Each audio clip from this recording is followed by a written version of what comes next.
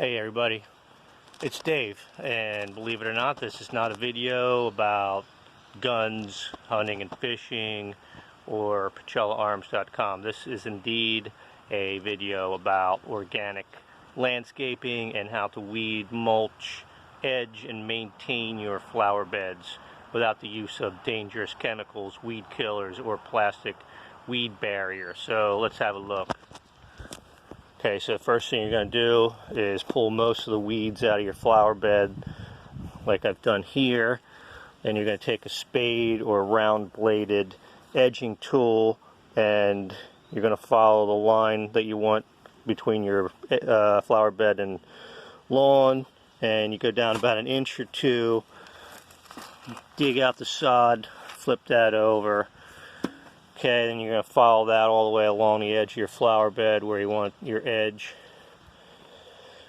Then you're going to take your sod here, throw that into your compost pile, and you come over here. When you're all done, you're going to level off the soil, any high spots in the bed, so it looks nice when you put the mulch on.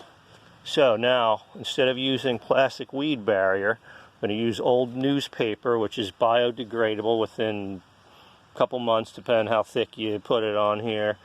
I'm using 2 layers, and I've pulled out the glossy advertisement sections because you don't need to be wasting time reading ads or looking at Victoria's Secret sales. So I wetted the newspaper with a bucket of water. That keeps the wind from blowing it away until you're all done. So you're going to cover the whole ground. That's going to suppress the weeds, and then decompose in about 6 months with the 2 layers I have here. The reason you don't want the plastic weed barrier is it prevents the worms from going up and down through it. They will move up and down from the surface to several inches depending on the temperature and the moisture. And that is, the worms are what you want. They are the best fertilizer you can get, and they feed and aerate your soil. So the plastic weed barrier also breaks down after a year or 2, and then the weeds start coming through it, and then you have that plastic in there, keeps your perennials from spreading out. So just, don't use that stuff. So you're going to put an inch or 2 of mulch down here. 2 inches is the maximum. Try for a little bit less. And then, contrary to belief, you're not just going to go and dump a couple inches of mulch on your flower bed every year. 2 inches is the maximum depth. So in the spring, what you're going to do is pull the weeds, and then you're going to use a stone rake and rake up, loosen up the mulch, and then you can just throw in some mulch here and there to freshen it up and redo your edge. The hardwood mulch like I'm using here gets compacted after a couple years and will deter proper moisture penetration. So if you rake it up, break it up in the spring and redo it, and maintain it at 2 inches or less. That's one of the reasons I've done this video. We've all seen shade trees in some shopping malls and neighborhoods that have about 10 inches of mulch around them. We call that a mulch volcano.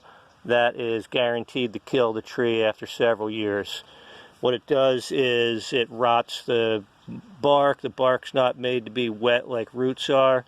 Rots the bark and prevents the gas from flowing through the trees. And we all know how trees take in carbon dioxide and give off oxygen. Well, the rotting bark is going to prevent that. So keep the root crown above ground and keep the mulch off of there, and you're going to be great. Your trees and plants are going to love you for that.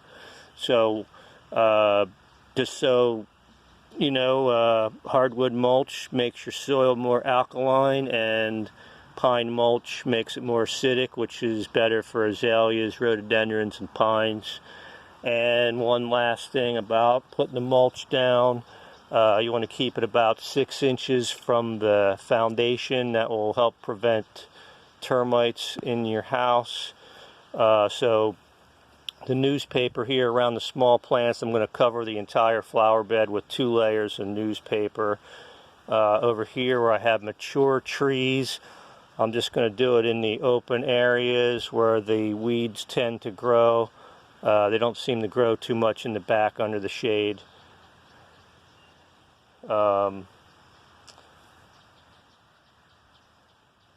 this here is one of my favorite trees. It kind of overgrew into this rhododendron, but this is a Japanese umbrella pine, or Skydapes verticillata.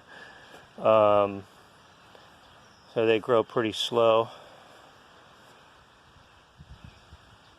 So I'm going to come down here, show you what I did.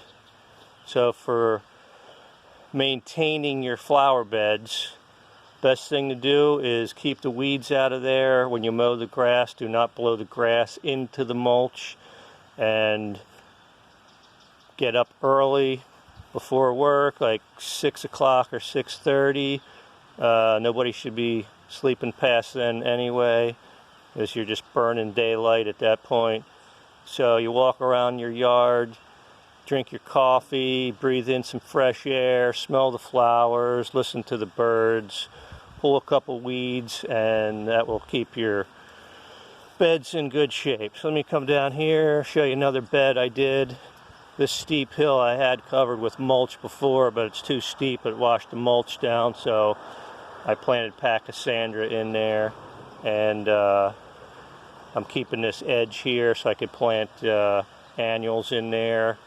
Up on the side here, I'm just letting the grass blend in with the pachysandra. It's a little less maintenance for me that way, and that's what this is about, really, is less maintenance, trying to get more done in less time.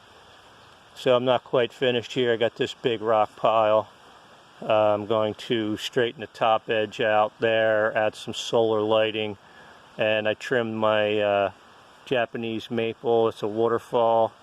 It's an Acer palmatum dissectum, and had a big branch on it that stuck way down over this stone wall here, and a big snow load came and broke it off, which I knew was going to happen eventually. So I cut that off there, as you can see, and then I put a couple of lag screws in there, sealed it up with some melted wax, and it healed back up.